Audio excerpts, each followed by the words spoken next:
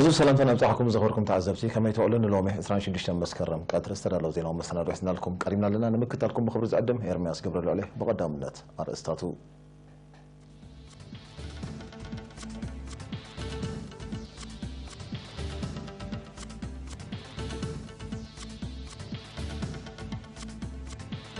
مرحت مكاين بحجازات الممرحتات تمايزهم كنطفو بعلم مزي مقعزيا مدر تصوعوا أب عدو قلا مسرح ممهرن مستمهرن نمحيال زت تخيلو أب فورو أب من كل خال عصو زت كورة سلطنة توهيبو أب كونغو إيبولان مكتاز كهر زلو تعرب سنك تأتهو زي مرقائي تعناقف كم زلو تقليتو قد إيران أب مانغو أمريكان هجرات أوروبا زي مكداو كيس أب تسجيو إسرائيل أب سوريا كتكادون تنحت دبدب كم تغطلو حبيرا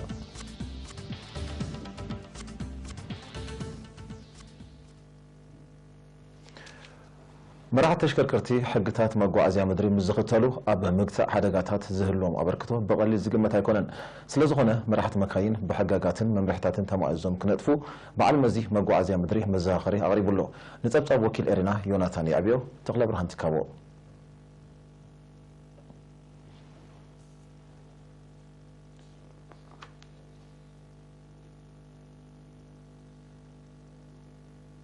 مريم الزاخيروم نرينا أبزاب حبرتا أتو بيني مرحت مكاين أب كتمان قطرن زبو أقلقلت ندحنت قدامنت زب خون عمتاون زكايد مرمرات عنا مكينا مالت بولك لاودة دما عطب قلحتا كبو التحساسيبوم أبز حلفت شعات أوارح لعلي 3 شح عبيتنا أشن مكاين عمتاوي بولك لاودة كمز قبرا لعلي 600 مكاين دما حقاقات بعل مزمقو عزيام دري بزي متقبارن بتقلالا 2.5 مليون نقفا كم تقصع حبيروم كساب 30 شح زغنا أبزوها مأكل لقبرا زياتن بروغرام اللون كساب ورح 4 كود حدا قبرا كورح 4 كساب ورح 6 دقائق نقداو تشكركرتي زبهلا كود 3 كود 8 زياتن بولس قبرا عمت تي انسبكشن عند حي لي دخيل دلو مغنياتو هابتي ده حلفته مكروسات ريخه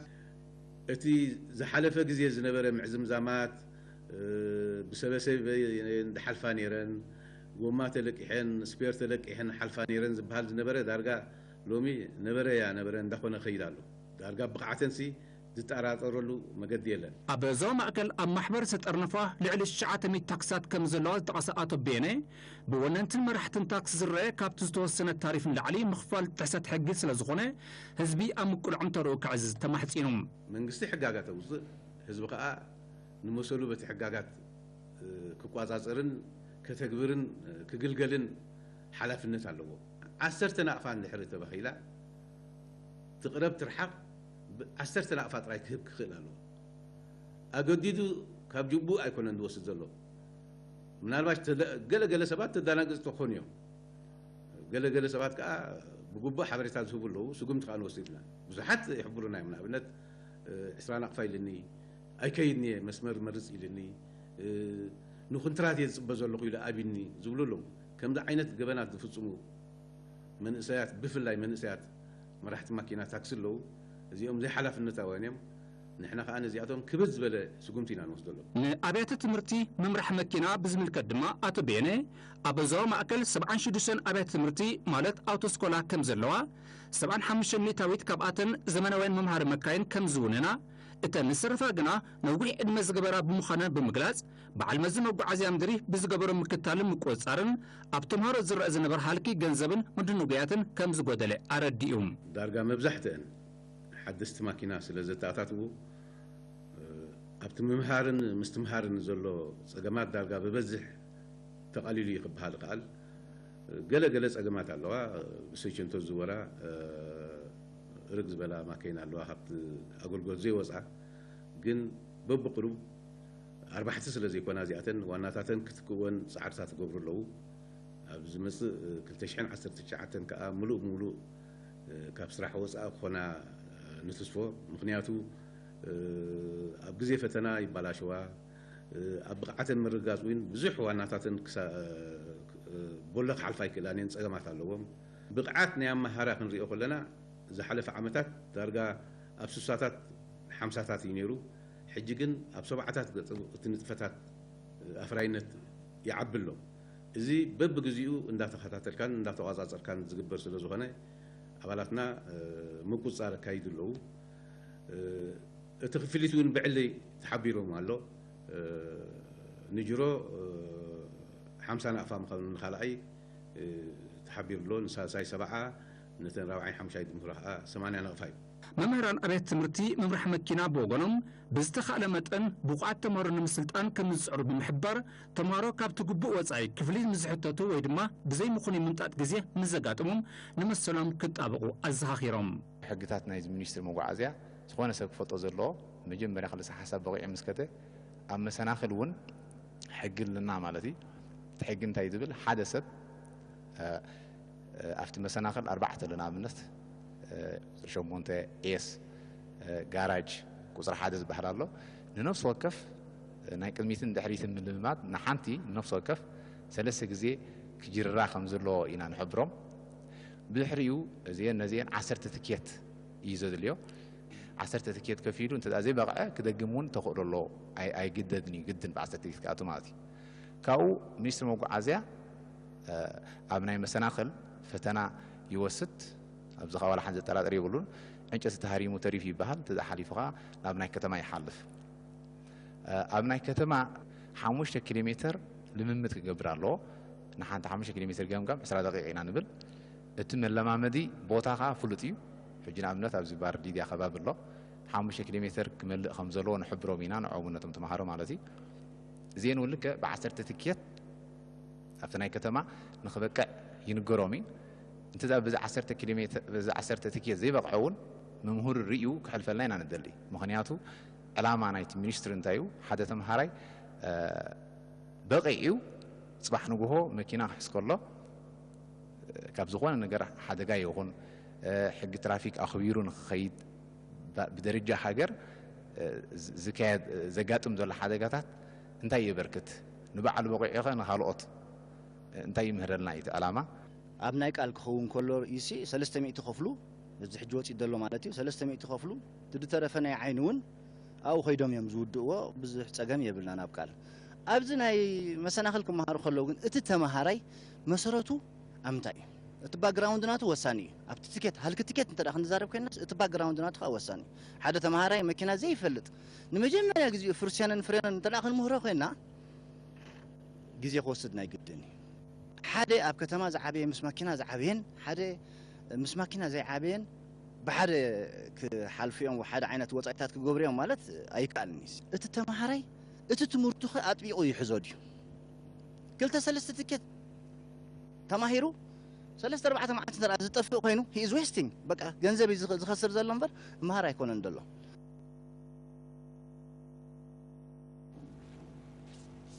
ኣብ ንዞባ ዓዲ ኋላ ውፅኢት ተምሃሮ ንምሕያል ኣብ ስርዓተ ትምህርቲ ብዛዕባ ክትግበሩ ዘለዎም ዕማማት ዘተይርክብ ብ20 መስከረም ኣብ ኣዳራሽ ኣዲ በጊዕ ተኻይዱ ኣብቲ ርእሰ መምሃራን ሱፐርቫይዘራት መምሃራን ኣማሕደርቲ ከባብን ካልኦት ዝምልከቶም ኣካላትን ዝተሳተፍዎ ርክብ ሓላፊ ቤት ጽሕፈት ሚኒስትሪ ትምህርቲ ኣብቲ ንኡስ ዞባ ኣቶ ተስፋይ ስብሃቱ መስርሕ ምምዝገባን ምዕዳል ናውቲ ትምህርትን ኣብ እዋኑ ከም ተሰለሰለ ብምሕባር ንዝያዳ ውፅኢትን ተወዳዳርነትን ድኹም ጎኒ ተምሃሮ ኣለሊኻ ንምፍዋሱ ምጽዓር መሰረታዊ ከም ዝኾነ ረዲኡ ኣካይዲ ስራሕ ንኡስ ዞባ ዓዲ ኋላ ኣቶ ተስፋይ አብርሃ ወገኑ ህዝቢ ንዝተወለደሉ ትካላት ትምህርቲ ከምቲ ዝግባእ ክግልገለሉ ወለዲ ድማ ንደቆም ኣብ ምትባዕ ግቡእ ተርኦም ክጻወቱ ብምዝኸር መማሕደር ንኡስ ዞባ ዓዲ ኋላ ኣብ ምዕዋት ናይቲ መደባት ኣበርክቱ ክዕዝዝ ዘለዎ ድልውነት ተረጋጊጹ ተሳተፍቲ ድማ ኩለንተናዊ ብቕዓት ትምህርቲ ብሓፈሻ ተሳታፍነት ደቂ ኣንስትዮ ኣብ ማኣዲ ትምህርቲ ድማ ብቐንዱ ንምብራኽ ካብኣቶም ዝሕተት ከማልኡ ድልዋት ምህላዎም ገሊፆም ኣብ ንኡስ ዞባ ዓዲ ኋላ ካብ መዋእለ ህፃናት ክሳብ ካልኣይ ደረጃ ዝዝርግሓ 36 ኣብያተ ትምህርቲ ኣለዋ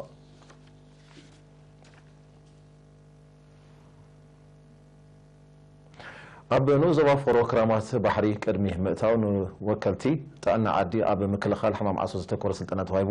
እቲ ንሰለስተ መዓልታት ዝቐፀለ ኣስተምሮ ምልክታት ሕማም ዓሶን ሳዕቤናቱን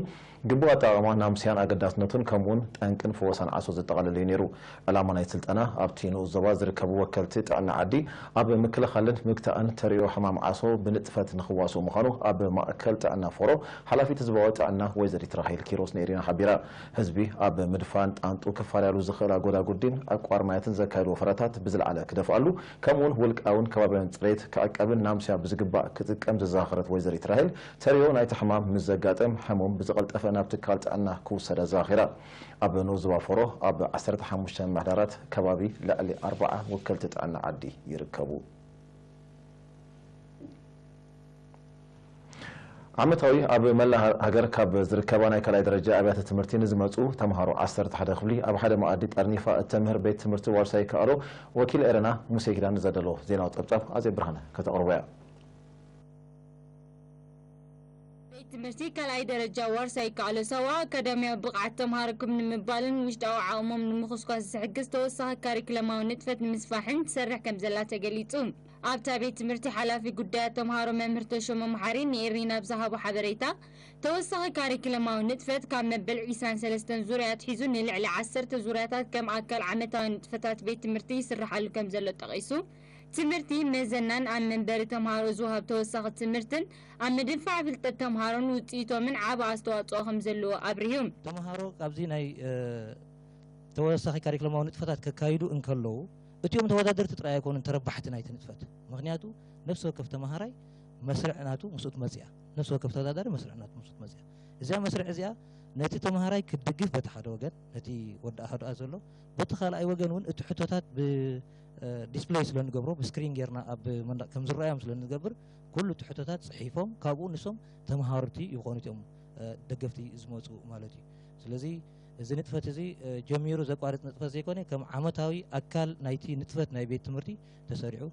ዝሰርሕ ንጥፈት እዩ ማለት እዩ ከምዚ ዓይነት ኣገባብ ኣብ ርእሲ ንተምሃራይ ዘማእከል ኣገባብ ኣመሃህራ ኣብ ምድራዕ ዘለዎ ተራ ተምሃሮ እውን ዓቕምታቶም ክፍትሹ ከማዕብሉን ተወሳኺ ፍልጠት ክድልቡን ሓጋዚ ምዃኑ ዝጠቐሰ መምህር ተሾመ ኣብ ሃገራዊ መልቀቕ ፈተና ዝምስገን ውፅኢት ይርከቦ ከም ዘሎ ኣረዲዩ ኣዋሃዲ ተወሳኺ ካሪኩለማዊ ንጥፈታት ቤት ትምህርቲ ዋርሳይ ከኣሉ መምህር ማሕደር ተኪኤ ብወገኑ ተምሃሮ ኣብ ነፍሲ ወከፍ ብሎክ ብ15 ዓይነታት ትምህርቲ ብመልክዕ ክትዕ መደረን ሓፈሻዊ ፍልጠትን መሃርን ኣሳታፍን ብዝኾነ ኣገባብ ከም ዝወዳደሩ ገሊጹ ነፍሲ ወከፍ ብሎክ 15 ዓውድታት እዮም ተምሃሮ ዝወዳደሩ ምስኡ ድማ ባዮሎጂ ሕጂ ፕሬዘንቴሽን ክኸውን ከሎ ተምሃሮ ኣርእስቲ ኣቐዲሞ ኣርእስቲ ይወሃቦ ማለት እዩ ብሓፈሻዊ ፍልጠት ሃይፐርሊንክ ተሰሪሑ ተምሃሮ እናረኣይዎ ይወዳደሩ ማለት እዩ እቲ ብትግርኛ ድማ ክልተ ኣለና መደረ ብትግርኛ ይዝውሃብ ብትግርኛ ይወሃብ ክትዕውን ብትግርኛ እዩ ዝግበር ኣርእስቲ ቀዲሞም ወሲዶም ማለት እዩ እቲ ሓፈሻዊ ፍልጠት ንብለውን ብትግርኛ እዩ ዝካየድ ማለት እዩ ብእንግሊሽ ዝካየዱ ከዓ ካልኦት ፕሬዘንቴሽን ዲቤቲን እዚኦም ከዓ ብእንግሊሽ ይካየዱ ማለት እዩ ኣብ ምምሕዳር ከባቢ ደረት ንዞባ ወርደት ፅሬት ኣከባቢ ብምዕቃብ ጥዕና ነበርቲ ንምውሓስ ድማ ዓይነት ጥፍታት ተሰላሲሉ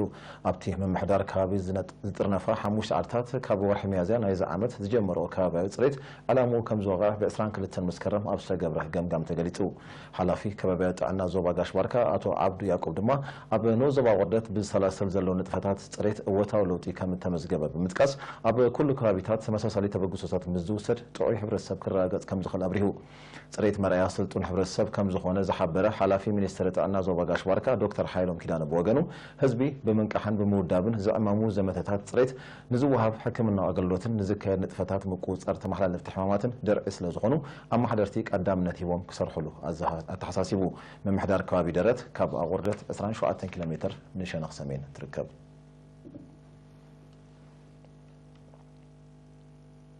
ዝኸበርኩም ተዓዘብቲ ስዕቡ ዝቐርብ ዜና ወፃኢ ሃገራት እዩ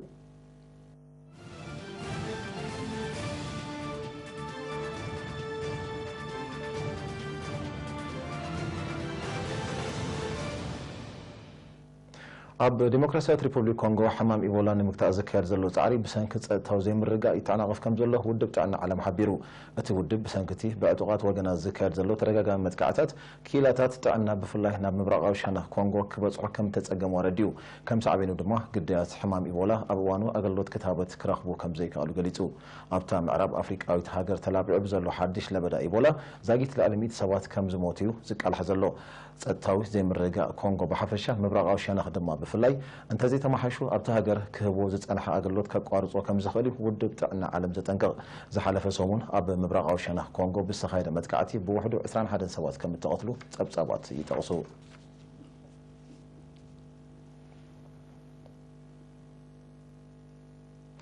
ጉዳይ ኢራን ኣብ መንጎ ኣሜሪካን ሃገራት ኤውሮጳን ዘይምቅዳው ከስዕብ ከም ዝኽእል ይግለጽ ኣሎ። እዚ ዝቃልሕ ዘሎ ኣብ 2015 ኣብ ዝተበጽሐ ስምምዕ ኒውክለሳዊ መደባት ኢራን ዝኸተማ ሓያላን ሃገራት እቲ ስምምዕ ክወሓስ ኣብ ሳልስቲ እዚ ድሕሪ ምርድእን ኣሜሪካ ተቃውማ ትስምዕ ብምህላዋ እዩ። ጸሓፊ ጉዳያት ወጻኢ ኣሜሪካ ማይክ ፖምፒዮ እተን ሃገራት ነቲ ስምምዕ ንምድሓን ዝወሰደኦ ስጉምቲ ምስ ኣሜሪካ ንጸንሐን ዝምድና ኣብ ሓደጋ ዘእቱ ምዃኑ ሓቢሩ ኣሎ። ኣማኻሪ ሃገራዊ ጸጥታ ኣሜሪካ ጆን ቦልተን ብወገኑ ሃገሩ ኣብ ልዕሊ ኢራን እትውስኖ እገዳ بهاجرات أوروبا كونه كالوت السنخل كم زي كونه متقاس أبوانو كتكبر مخانا رديو أب سمم إيران زختما حيلان هاجرات تسمم كوحسن أبل على إيران بتصدق الجدا بقالوتا كيت اللوان نمكتا بإسرائيل 4 مسكرم كم ترددا تصوي تقصو بتسمع مسارات تنهجرات كاب إيران ندادي كأتوا أمسا يودما إن إيران بتمتعن واجه نبرة كأربعين من محضر بريزيدنت دونالد ترامب قبل على إيران نزجبر الجدا نمدحن نسرح هجرات كأجد مهانو كتنقل تنحيو يكون بر قبل إيران كوبانيات أوافيرن زلوا هجرات أوروبا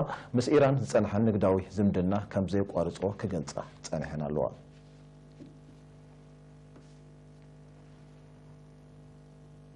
إذا خمسين كله بريزيدنت أمريكا دونالد ترامب قونتي أب كتما نيويورك زك أنا عزلوا مبل 7 سنة وعلى حفشاوي بايتو حبرات هجرات مس بريزيدنت إيران كرخب مدب كم زي بقول أفليتو صحافة قديت وتا أمريكا مايك بومبيو ب2 سنة مسكرم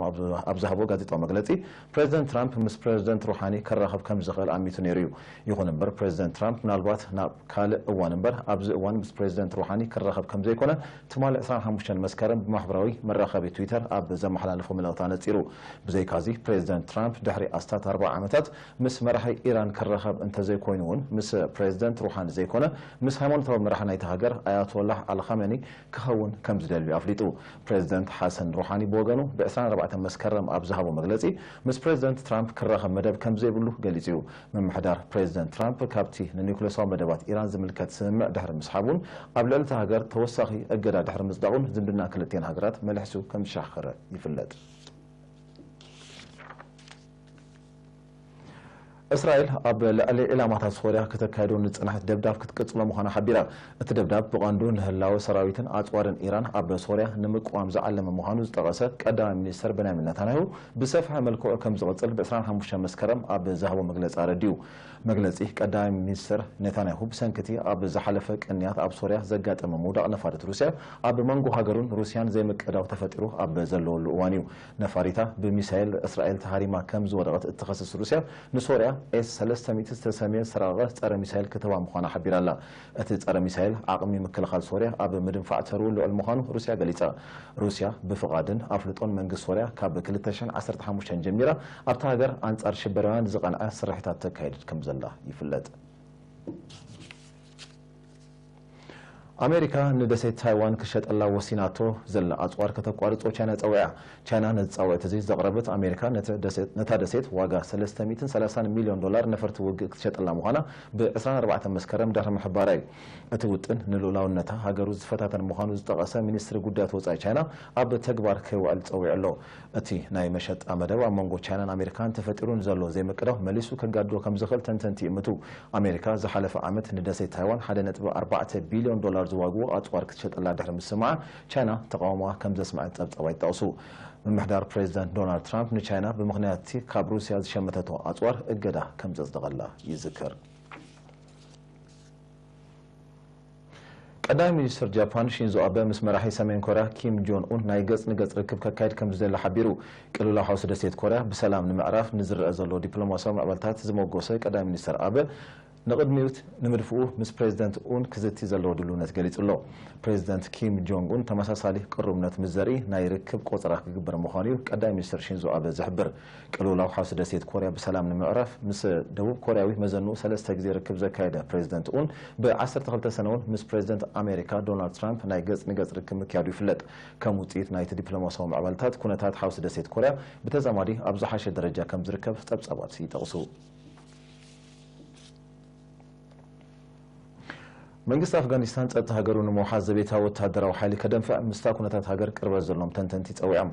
ግብረ ሽበራ ንምግታእ ዝክካየድ ዝጸንሐ ብናይ ግዳም ሓይልታት ዝተደገፈ ጻዕሪ ኩነታት ናይቲ ሃገር ካብ ምግዳድ ሓሊፉ ዘምጽኦ ፋይዳ ከም ዘየለ ዝተቐሱቶም ተንተንቲ መንግስቲ ውሽጣዊ ጸጥታዊ ዓቕሙ ክዕቢ ከም ዝግባእ ይገንዘቡ ኣብ 2001 ኣብ ኣፍጋኒስታን ምትእታው ዝገበረ ኪዳን ሰሜን ኣትላንቲክ ማለት ኔቶ ጸጥታ ናይቲ ሃገር ከውሐስ ከም ዘይከኣለ ይፍለጥ ኣንጻር ናይቲ ወተሃደራዊ ምትእታው መጥቃዕታት ዘዛይደ ዘሎ ዕጡቕ ጉጅለ ጣሊባን ኔቶ ካብ ኣፍጋኒስታን ከይወፀ ምስ መንግስቲ ኣፍጋኒስታን ክዘራረብ ከም ዘይኮነ ይግለጽ ብምህላው ጸጥታው ዘይምርጋእ ናይቲ ሃገር ክገድድ ከም ዝኽእል እቶም ተንተንቲ ይእምቱ ብመሰረት ጸብጻባት ኣብታ ሃገር ኣብዚ ዓመት እዚ ብዝተኻየደ መጥቃዕታት ጥራይ ኣማይት ሰባት ከም እተቐትሉን ኣሽሓት ከም ዝቆሰሉን ተፈጢሩ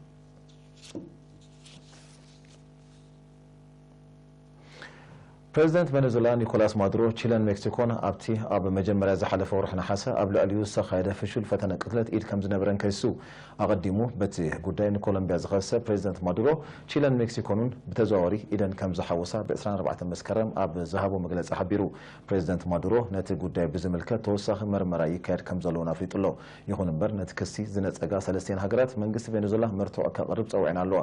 በቲ ዝሓለፈ 4 ነሓሰ ኣብ ከተማ ካራካስ ዝተኻየደ ብሰብ ኣልቦ ነፈርቲ ዝተሰነየ ፈተነ ቅትለት ኣባላት ጸጥታ ዝርከቦም ብርክት ዝበሉ ሰባት ከም ዝቆሰሉ ጸብጸባት ይጠቕሱ ዝኸበርኩም ተዓዘብቲ ዜና ኣብዚ ይፍጸም ብሩኽ ናይ ስራሕ መዓልቲ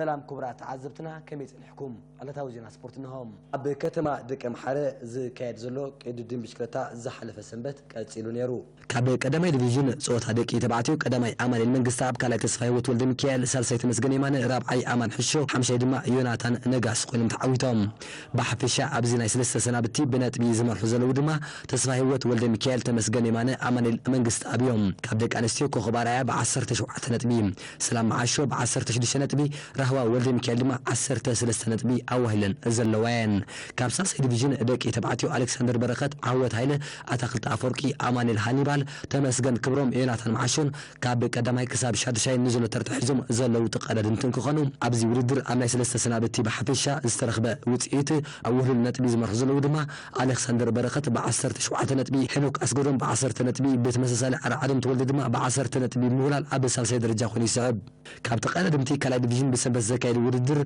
تمسغن تخسته الياس اندرياس سيم كحسي ساميليوب سمر عشبر فيلمون جرماين بقدم تقتل كاب قدماي كساب شادشاي نزلو ترتا زحزيوم كابزي ديفيجن بنات بزمر حزلو دما ب 17 نطبي تمسكن تخسته كلاس زلو كخونن كلهم سيم كحسي ب 16 نطبي ساميل ايوب ب 12 نطبي اب كلاين سنتر تخويم يسعوهم تعذبتنا نلوم علت زي تدالو زينا سبورت ابزي تزازيم لهم